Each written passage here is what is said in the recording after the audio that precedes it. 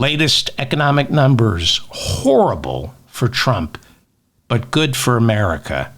Then again, anything that's good for America is horrible for Trump.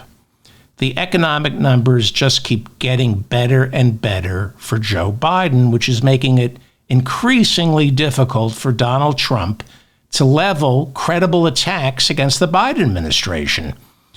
He lies, but it's hard to sell the lie to the American people that things were better when he was president. They weren't.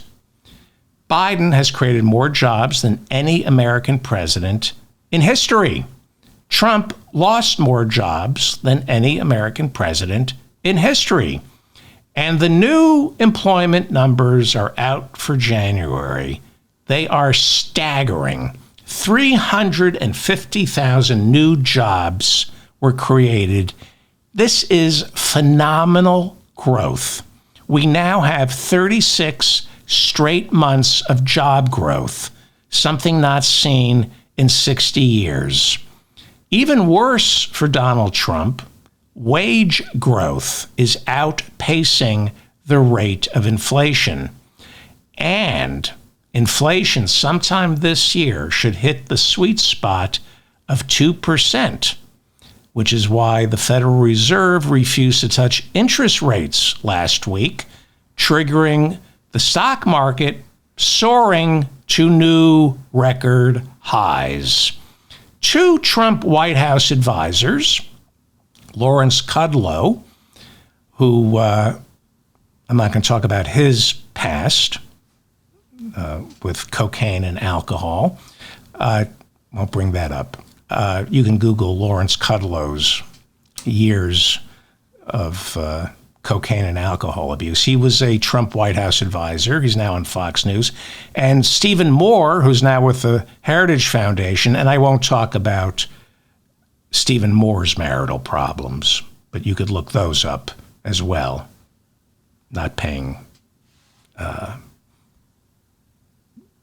support to an ex-wife. Very ugly divorce. Very ugly man. Anyway, Lawrence Kudlow and Stephen Moore, Moore's with the Heritage Foundation, they both said on Friday after the job numbers came out that we can't lie. These are incredible numbers, especially since wage growth outpaces inflation. Kudlow said, quote, "If I were Biden, I would be bragging about it too."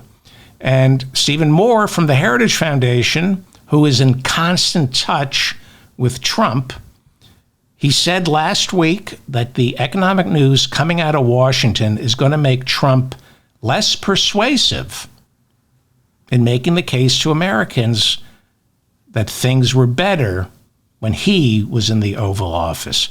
Stephen Moore is a horrible human being. Horrible human being. Club for Growth.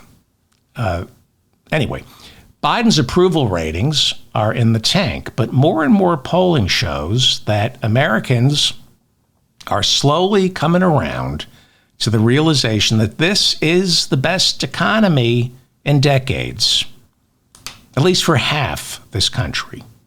The other half can't come up with $500 for an emergency. But in terms of the game that's being played in Washington, D.C., the game of presidential politics and economics, there is a game, and Biden is winning that game better than any president in modern history.